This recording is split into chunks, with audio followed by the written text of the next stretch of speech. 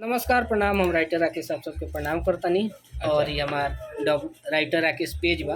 आप सब पेज के फॉलो करी, लाइक करी, शेयर करी आप सबके। और देखिए कृष्णा कोइचा जी बानी, यहाँ एगो पेज बा के कृष्णा कोइचा पेज बा। तो हमने के पेज के आप सब फॉलो करी, लाइक करी, कमेंट करी, शेयर करी।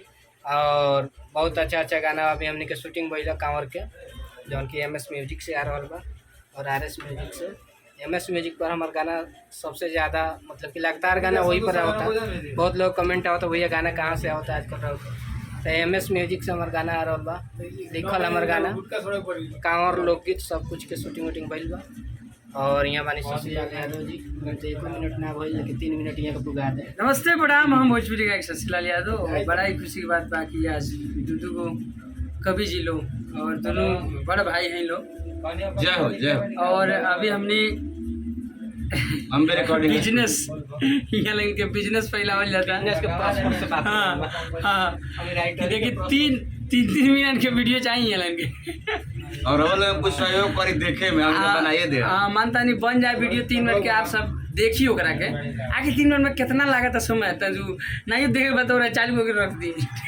साउंड कम कर दिया ना अच्छा लगे तो साउंड कम कर। और आप सब यहाँ क्या खाली ब्लूटूथ वाला दिवाती दोसर ओकरा बाद कोनो बात ना।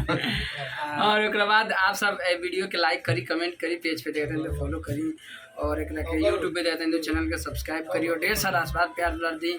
और तमाम गाना सब आवता सब भाई लोग के लिखल गावल। और गाना कहाँ से आ रहा है? अभी गाना तो कईन वो कंपनी से आपन आवता, शशि लाल इंटरटेनमेंट से, DIC भोजपुरी से सुबह एगो रिलीज भइल लगा। अच्छा, आज के वीडियो बहुत शानदार बा। हाँ, आज के एगो गाना कलर नेशन डायरेक्टर के लोग विवेक भाई गाना कल बानी, कोरियोग्राफर साहिल भाई बने।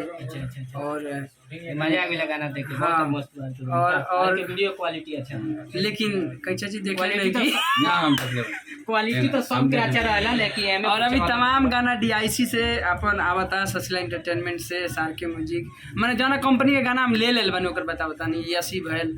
और भी फटाफट म्यूजिक बा और भी बीट गन बा, ये सबसे कंटिन्यू जेकर गाना हमरा ऊपर बा अभी करे के। तो कंटिन्यू गाना होता, आप सब प्यार आशीर्वाद देते रही और वीडियो में बनल रही। और तीनों भाई के हमने के यहाँ के भी एक यूट्यूब चलेला, एक ब्लॉगिंग चैनल वो पेज चलेला, आप सब पेज के फॉलो करिए। और राइटर राकेश जी के, कृष्णा कोइचा जी के, बड़ी नेक दिन यहाँ लगे इंसान है। हम कगार पर ले गए बनी, बड़ी नेक दिन यहाँ लगे इंसान है। आप सब यहाँ के हर वीडियो के कुछ ना कुछ कलाकार से यहाँ लगे मिलवावत रहे और कुछ ना कुछ बातचीत करावत।